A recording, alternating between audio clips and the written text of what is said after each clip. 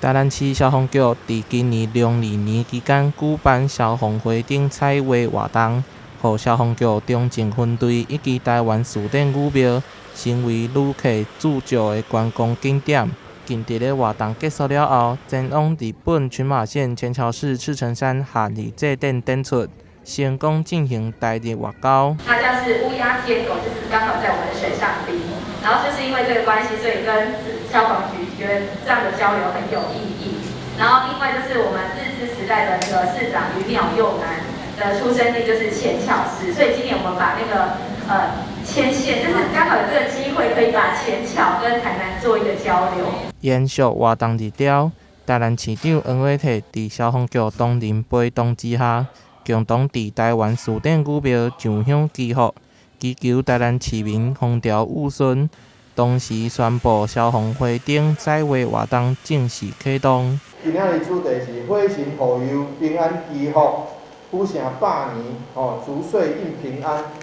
拄则来甲咱的关圣帝君南天上帝咱的关帝爷以及咱的火德神君来敬拜祈求，是希望讲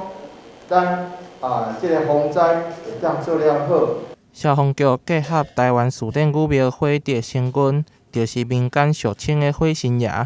推广防火灾宣导以及鼓励防灾，借着消防会顶的制作，将防火观念向下扎根。那即日起呢，各位民众可以到我们的辖区，也就是第7大队辖区的消防队领取消防灯笼，回去做绘画。那最晚呢，麻烦各位民众呢，可以在10月31号前缴回我们的消防队。这摆消防会顶彩画比赛以台南市古迹庙宇防火顶图案为主题，欢迎大家踊跃参与。预选了后，有机会展示伫中正分队以及士典武庙，将创意成果予民众欣赏。